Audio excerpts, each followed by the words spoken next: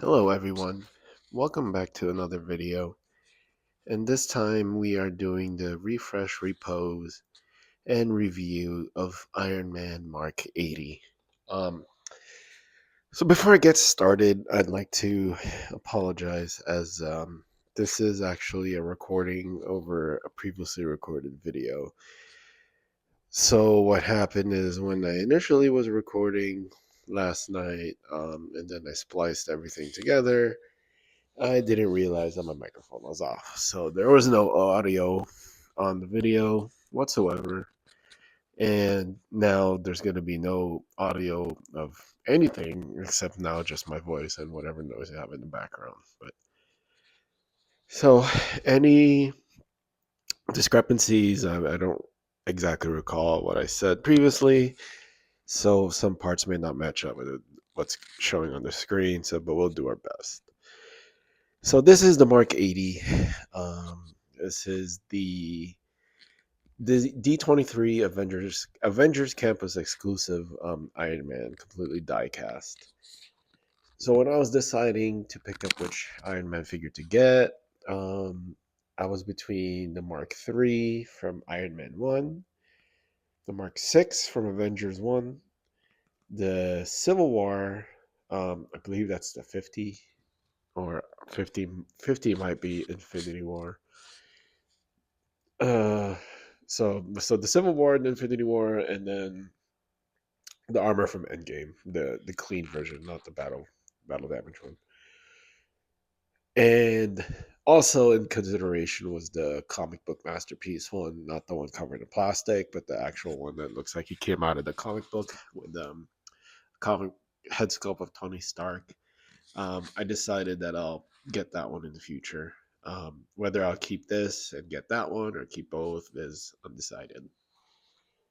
Um, so basically, the reason I ended up going with the Mark 80 is when I saw it, it really just drew me in. I felt it was very the look of the armor was very comic book. Um, 'Cause it was the closest to the comic book among the live action ones, to me anyway.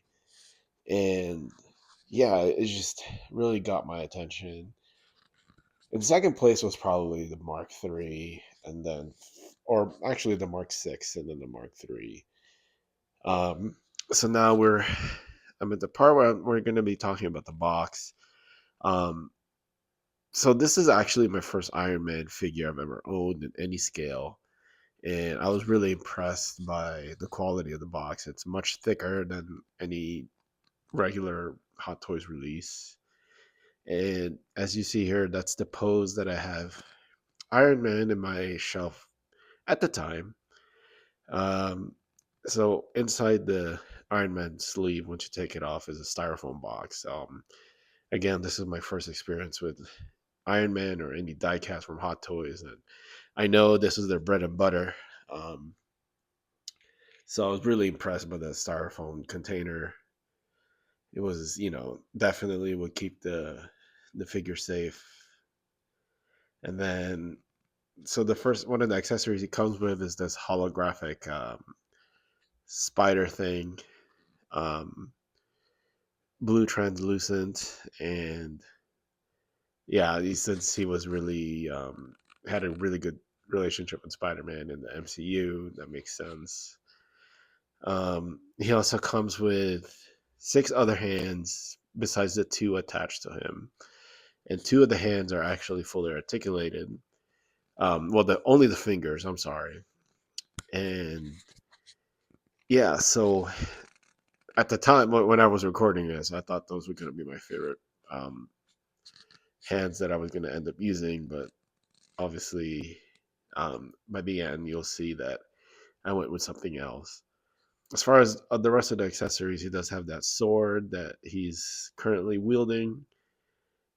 That's currently on the figure, um, and you'll get a close-up look for that for fairly soon.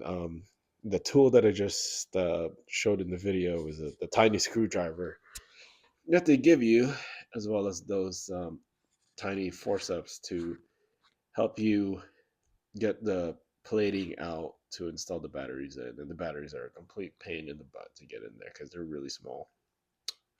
What you just saw there are two, or one of two of the hand cannons that kind of have like teeth on them, since this is nanotechnology armor by this point in the MCU. So now, while this armor didn't actually make an appearance in any of the movies, he, I don't know, I still liked it a lot. And one of the things is you actually don't get a Tony Stark head sculpt, which I guess makes sense.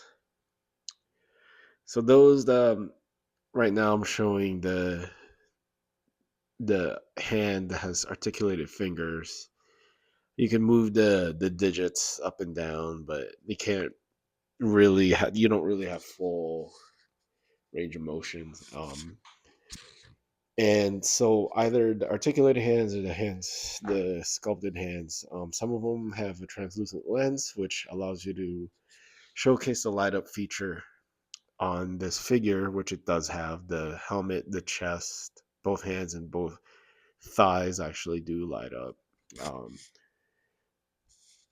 which is a cool feature that you'll see here. And right now I'm showing the fisted hands. Those are plastic, sculpted plastic.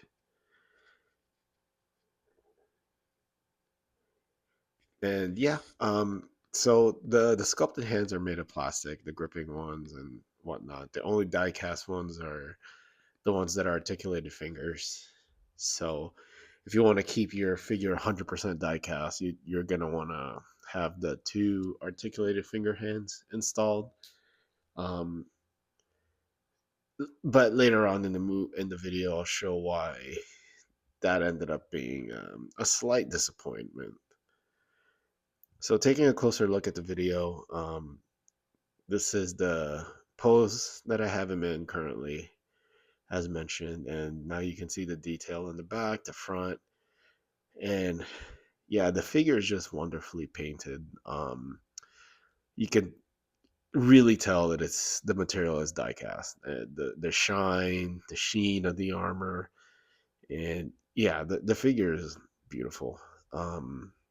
I love the distribution of the gold, the silver, and the red paint. The sword is pretty good looking. The only bad part about it is it won't translate any of the light that you get with the hand. So the light won't have the sword won't have any light up effects. I mean, at least I don't think. I didn't try it, but it wouldn't make sense since the hand is sculpted closed and the light won't really transfer over to the sword.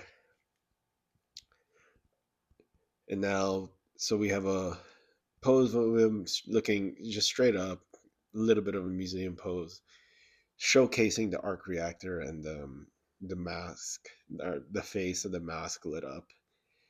Kind of faint from from a distance, but especially with some lights on. But it is very good looking. As you see here, I ended up turning off all the lights in the room I'm recording in, and the light is starting to shine through a little more. It is definitely noticeable, and now it's completely dark, and the figure just looks wonderful. Fully lit up, the figure looks incredible.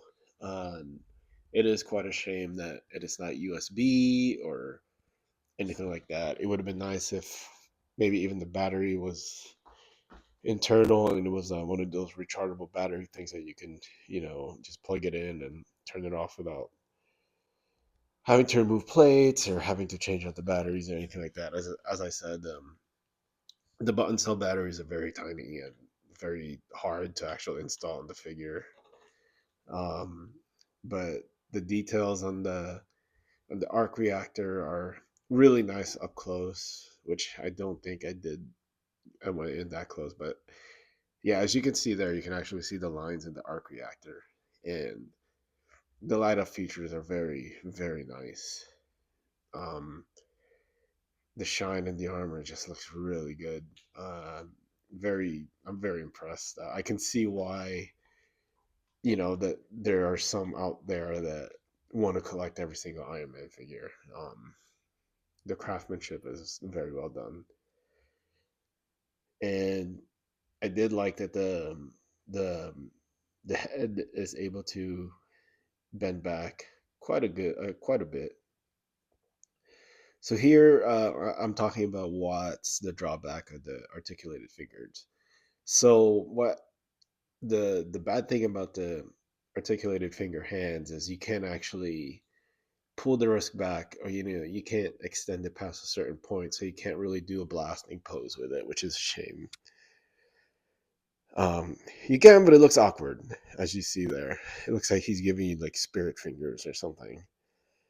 I can see it being more, used more in the relaxed pose, or and finger slightly bent, or maybe even holding the holographic spider. Um, and now I showed the figure fully lit up, and with the two sculpted hands with the lens coming through. And as you can see, the light up features are really nice, and you're about to see the figure again in complete darkness. And it is, if there was a way to keep this figure on at all times in your display, it would be definitely an eye catcher. The lights are bright, and then you can still make out that it's Iron Man even in the dark, as you'll see here right now. Yeah, the light features are really really nice, and really quite a disappointment that it's button cell batteries. They don't have a long shelf life, and once the batteries wear out, I'll probably just end up taking them off and not putting them back in, unless it's like to showcase it if we ever have visitors, which my wife and I rarely do.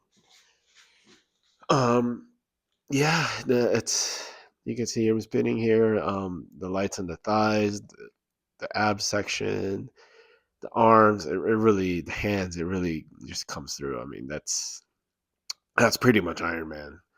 It doesn't really get better than this. Really happy with the decision of going with the Mark 81, even though it's not screen accurate.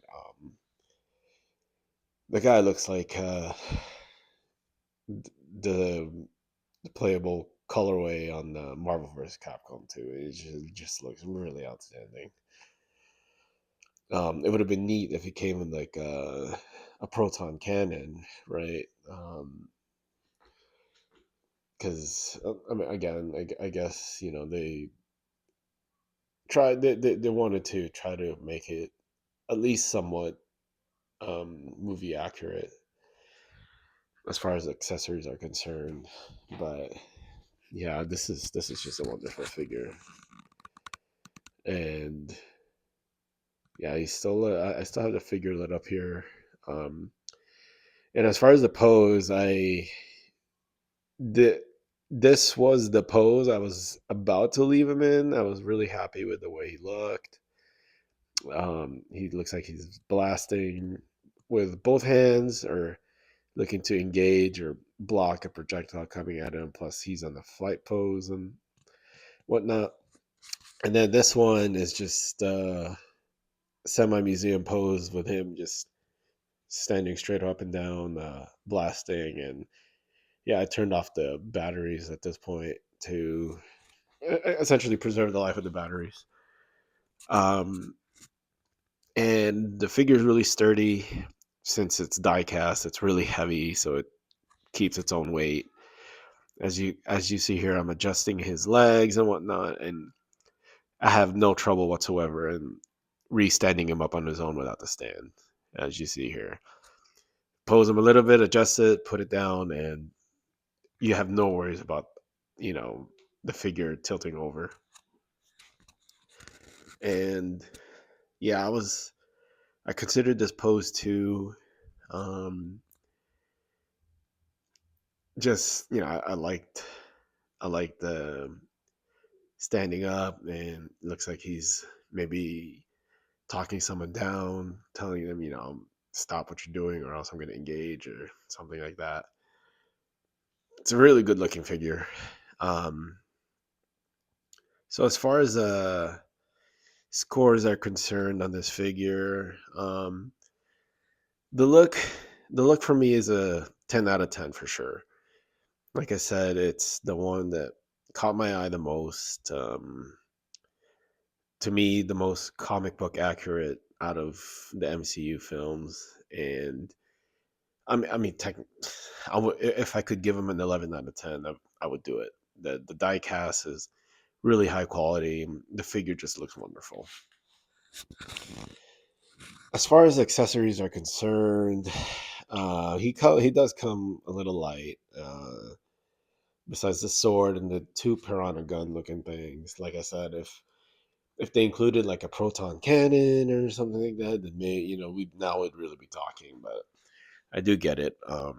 Can't overload with this guy with accessories either, as they have other Iron Man figures. So I think accessory wise, I ended up giving him like an 8 or 8.5. And then I changed up the pose to him just looking up into a flight pose. Either he just took off or he's already flying. That was my other gripe with the figure is the flight stick they give you is really short, so you can't really give him an ultra dynamic flying pose like you can with like Spider-Man, for example, which they give you a really long flight stick. And so as a result, as far as fun factor is concerned, the figure itself, it's wonderful. Not, I would give it a 9, maybe even a 9.5. Unfortunately, the light, it being batteries and having the type of batteries and having to reach in there to turn them on, it's not very convenient to have all the lights on. You have to remove 5 panels or six panels in total to get him fully lit up. And it would have been nice if it was a USB that you can just, and have them be a rechargeable thing and have just one switch, maybe, in the back area where where the switch for the arc reactor is to light them up. Because it would be fantastic if you can just display this figure full time on your shelf, fully lit up. Unfortunately, that's not possible. So that does knock it down for me quite a bit, actually. Just the light features it does make help bring the figure to life, and without it, you can tell it's completely turned off. Not like there's some Hot Toys figure like I believe Moon Knight. His eyes look like it could still pass as being lit up, even though it's not. Um, just the way the painting is and whatnot. And I understand why they didn't give this a Tony Stark head sculpt, seeing as it didn't really make an appearance in the film. But yeah, so I think overall the fun factor I gave it about an 8.3. The figure itself, the material, the look, and the posability is what really gives it that fun aspect of it. Reposing it, I would do it. Um, do the sword, or maybe one of these days switch it up for one of the piranha guns and whatnot. And every now and then I would want to turn them on, but then you go through all that trouble. You can only have them on for 30 seconds, with maybe 2 minutes, I guess. But then you can't really leave them. Not like like my Darth Vader has a lightsaber. It comes with the power banks, and I have it, like plugged in. Like I could leave that on the lightsaber on for a whole day, and I wouldn't worry about it. Same with some of my Batman figures that come with a stand. The Artisan Joker has a stand that it's USB. To me, that's the really biggest drawback on this figure is that the light up feature is those really darned awful button cell batteries. But other than that, I do recommend it. If you're an Iron Man fan, I think this is a beautiful figure. Very well done. The panels, the movable panels, the quality, the paint job, everything. This figure really did impress me. So anyway, that's about it for this one. If the video keeps going, once again, I apologize, as this is me recording over a previously recorded video. But hopefully you enjoyed this one. I gave you some insight on the Iron Man figure. Let me know which pose that you saw that you ended up liking, or maybe if you have a suggestion of a different pose, or if you want to see an accessory on them, just leave it in a comment below and let me know which one you would like to see him in. I don't I can take a photo and post it, or make another short video on it. Anyway, thanks for tuning in, and you guys have a great rest of the week, and keep it fun.